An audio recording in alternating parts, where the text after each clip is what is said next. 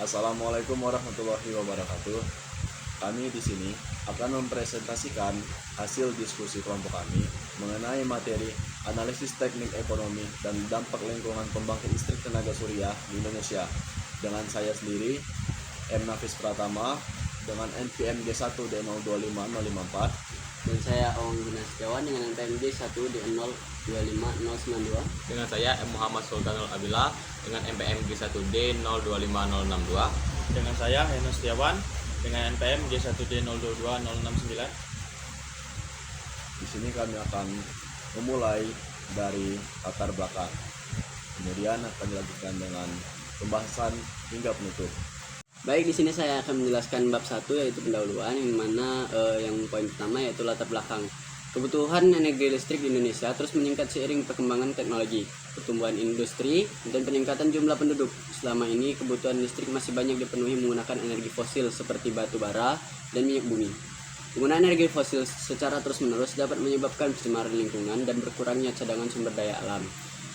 Indonesia memiliki potensi energi surya yang cukup besar karena berada di wilayah tropis dengan intensitas sinar matahari yang tinggi sepanjang tahun. Salah satu pemanfaatan energi matahari adalah melalui pembangkit listrik tenaga surya, atau bisa disebut dengan PLTS. PLTS merupakan pembangkit listrik yang mengubah energi cahaya menjadi energi listrik menggunakan panel surya. PLTS menjadi salah satu solusi energi terbarukan karena ramah lingkungan, tidak menghasilkan emisi saat beroperasi, dan dapat diterapkan pada skala kecil maupun besar. Oleh karena itu, diperlukan kajian mengenai aspek teknis, ekonomi, dan dampak lingkungan dari penggunaan PLTS di Indonesia. Lalu poin kedua yaitu rumusan masalah. Baik, rumusan masalah kami ada 5. Yang pertama yaitu bagaimana prinsip kerja pembangkit listrik tenaga surya atau PLTS. Yang kedua, bagaimana performa dan efisiensi dari PLTS itu sendiri. Dan yang ketiga, bagaimana analisis ekonomi pada pembangunan PLTS. Yang keempat, apa dampak lingkungan yang ditimbulkan oleh PLTS. Dan yang kelima, bagaimana potensi pengembangan PLTS di Indonesia. Lalu yang ketiga, poin ketiga, batasan masalah. Yang pertama adalah prinsip kerja PLTS. 2. Komponen utama PLTS. Yang ketiga, analisis performa dan efisiensi. Yang keempat, analisis ekonomi sederhana. Dan yang kelima, dampak lingkungan PLTS. Lalu di sini kami memiliki tujuan di kelompok N ini, yaitu ada 4. Yang pertama, mengetahui prinsip kerja PLTS. Yang kedua, menganalisis performa dan efisiensi dari PLTS. Yang ketiga, mengetahui biaya investasi dan operasional dari PLTS itu sendiri. Dan yang keempat, mengkaji dampak lingkungan dari PLTS. Selanjutnya saya akan menjelaskan tinjauan pustaka dan deskripsi teknisnya, yang akan dimulai dari landasan teori. PLTS itu sendiri merupakan sistem pembangkit listrik yang memanfaatkan energi radiasi matahari, yang dimana yaitu sumber utama itu berasal dari sumber cahaya matahari yang kemudian akan mengalami efek fotovoltaik, yang dimana efek fotovoltaik itu sendiri merupakan kondisi dimana bahan semikonduktor akan terurai lantas menjadi arus listrik ketika terkena energi foton dari matahari. Nah, di sini kita dapat menghitung nilai efisiensi dari PLTS itu sendiri menggunakan rumus N sama dengan P out per Pin dikali 100%. Dengan P out itu sendiri merupakan daya keluaran dan Pin itu daya masuknya. Lalu pada PLTS ini memiliki beberapa komponen, yang dimana pertama itu ada namanya panel surya itu sendiri, yang dimana pada panel surya inilah akan terjadi proses konversi energi dari cahaya matahari menjadi listrik. Nah, kemudian setelah dari PLTS dari panel suryanya itu nanti ada yang namanya inverter. Inverter itu gunanya untuk mengubah arus DC menjadi AC supaya sesuai dengan jenis arus yang digunakan pada perumahan sehari-hari. Lalu ada yang namanya baterai. Baterai itu gunanya untuk menyimpan arus-arus yang berlebih dan agar dapat digunakan kembali pada ketika kondisi intensitas cahaya matahari mulai menurun, sehingga meski pada malam hari kita tetap bisa menggunakan PLTS dengan menggunakan arus yang telah tersimpan pada baterai. Lalu kita memiliki yang namanya itu solar charge controller, atau yang bisa disingkat dengan SCC. Nah, itu gunanya untuk mengatur besarnya arus yang masuk ke dalam baterai supaya tidak overload nanti arus yang masuk dalam baterai dan tidak akan menyebabkan baterai itu cepat rusak. Lalu kita memiliki yang namanya itu transformator. Pada PLTS berskala besar, transformator atau trafo digunakan untuk menaikkan tegangan sebelum energi listrik disalurkan ke jaringan distribusi. Nah, lalu prosesnya itu atau diagram alir prosesnya itu pertama, setelah sistem PLTS bekerja dengan menggunakan prinsip fotovoltaik, di mana nanti itu energi foton akan memecah bahan semikonduktor pada PLTS. Nama bagian itu sel surya. Nah, di sel surya itu memiliki bahan semikonduktor. Setelah bahan semikonduktor itu terpecah, nanti arusnya itu akan berupa hasil arus DC. Lalu arus DC itu nanti akan diatur oleh solar charge controller sebelum dimasukkan ke baterai. Nah, lalu sebelum dialir ke beban, arus DC itu akan ditransformasi dulu atau dikonversi dulu menjadi arus AC supaya sesuai dengan jenis arus yang digunakan pada kehidupan sehari-hari. Nah, terus analisis performanya. Performa PLTS itu dipengaruhi oleh berbagai faktor teknis dan lingkungan. Salah satu faktor utamanya itu besarnya intensitas radiasi matahari pada daerah tersebut. Jadi jika semakin tinggi intensitas cahaya mataharinya, maka semakin besar energi listrik yang akan dihasilkan. Selain itu, suhu panas surya juga sangat memengaruhi efisiensi sistem. Peningkatan suhu yang terlalu tinggi dapat menurunkan efisiensi panel karena meningkatnya resistansi internal pada material semikonduktor. Kapasiti faktor PLTS cenderung lebih rendah dibandingkan pembangkit konvensional karena sistem hanya bekerja optimal pada siang hari.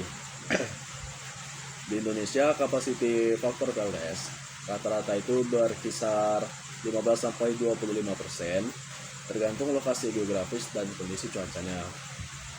Adapun beberapa faktor lain yang mempengaruhi performa, yaitu meliputi bisa dari sudut kemiringan panel, terus ada debu pada permukaan panel, terus shading atau bayangan, dan degradasi material panel suryanya.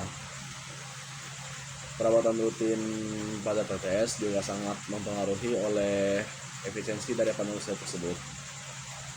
Pada bab 3, analisis ekonomi, manajemen energi, dan dampak lingkungan. Santai. Pada bab 3, analisis ekonomi, manajemen energi, dan dampak lingkungan. Analisis ekonomi adalah pembahasan mengenai biaya, keuntungan, dan efisiensi penggunaan pada PLTS yang membutuhkan biaya awal yang cukup besar untuk pembelian panel surya, baterai, dan instalasi. Namun, biaya operasionalnya lebih rendah karena tidak memerlukan bahan bakar sehingga lebih hemat dalam jangka panjang. Kendala pada PLTS ialah harga baterai yang masih mahal, investasi awal cukup besar, dan infrastruktur pendukung masih terbatas. Pada manajemen energi, pada cara untuk mengatur manajemen energi adalah penggunaan energi agar lebih efektif dan tidak boros. Pada PLTS, produksi listrik bergantung pada sinar matahari sehingga diperlukan pengolahan energi yang baik agar pasokan listrik tetap stabil. Upaya yang bisa kita lakukan adalah menggunakan baterai sebagai penyimpanan energi, menggunakan sistem smart grid, dan melakukan monitoring pada panel surya secara rutin. 3. Dampak lingkungan. Dampak lingkungan adalah pengaruh pada penggunaan energi terhadap lingkungan sekitar. PLTS lebih ramah lingkungan dibanding pembangkit berbahan bakar fosil karena dapat mengurangi polusi udara dan emisi karbon. Oke, di sini saya akan menjelaskan bab 4, yaitu pembahasan yang dimana jika dibandingkan dengan PLTU, PLTS lebih ramah lingkungan karena tidak menghasilkan emisi karbon seperti PLTU yang menggunakan batu bara. Selain itu, biaya operasional dan perawatan PLTS lebih rendah. Namun, PLTS memiliki kelemahan karena bergantung pada cuaca dan sinar matahari, sehingga produksi listrik tidak selalu stabil. Itu ada kesesuaian dengan regulasi, yaitu di mana pemerintah Indonesia mendukung pengembangan PLTS sebagai bagian dari energi terbarukan untuk mengurangi emisi karbon dan mencapai target net zero emission. Meskipun demikian, pengembangan PLTS masih menghadapi kendala seperti biaya investasi yang tinggi, infrastruktur listrik yang terbatas, dan ketergantungan teknologi impor. Dan di sini ada rekomendasi strategis, yang dimana untuk mendukung perkembangan PLTS diperlukan kerjasama antara pemerintah, industri, dan masyarakat. Selain itu, pengembangan teknologi panel surya dan baterai serta edukasi masyarakat tentang energi bersih juga perlu ditingkatkan agar menggunakan PLTS semakin luas di Indonesia. Baik, di sini saya akan menjelaskan bab 5, yaitu penutup sebagai di kelompok kami, yaitu kesimpulan. Kami menarik kesimpulan bahwa pembangkit listrik tenaga surya merupakan salah satu teknologi energi terbarukan yang memiliki potensi besar untuk dikembangkan di Indonesia. Sistem PLTS bekerja dengan memanfaatkan efek fotovoltaik untuk mengubah energi cahaya menjadi energi listrik. Dari sisi teknis, performa PLTS dipengaruhi oleh intensitas matahari, suhu, lingkungan, kualitas komponen, serta sistem manajemen energi. Penggunaan inverter, baterai, dan smart grid sangat membantu meningkatkan efisiensi serta stabilisasi sistem. Dari sisi ekonomi, PLTS memiliki biaya investasi awal yang relatif tinggi, namun biaya operasionalnya rendah karena tidak memerlukan bahan bakar. Penurunan harga panel surya dan perkembangan teknologi baterai merupakan PLTS semakin kompetitif dibandingkan pembangkit listrik konvensional.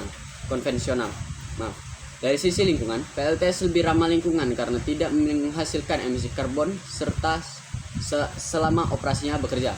Meskipun demikian, pengelolaan limbah panel surya dan penggunaan lahan tetap perlu diperhatikan agar pengembangan PLTS tetap berkelanjutan. Dengan dukungan regulasi pemerintah, pengembangan teknologi, dan peningkatan kesadaran masyarakat, PLTS berpotensi menjadi salah satu solusi utama dalam mendukung ketahanan energi nasional dan transisi menuju energi bersih. Lalu, kami menyiapkan saran di sini pada kelompok kami.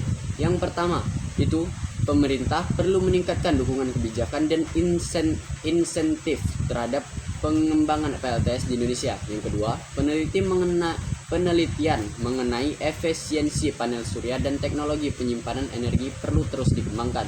Dan yang ketiga, industri dalam negeri perlu didorong untuk memproduksi komponen PLTS agar mengurangi ketergantungan impor. Lalu yang keempat, edukasi mengenai energi terbarukan perlu ditingkatkan agar masyarakat lebih memahami manfaat penggunaan dari PLTS. Mungkin itu saja penjelasan dari kami mengenai analisis teknis, ekonomi, dan dampak lingkungan pembangkit listrik tenaga surya di Indonesia. Lebih dan kurang kami mohon maaf. Kami akhiri. Wassalamualaikum warahmatullahi wabarakatuh.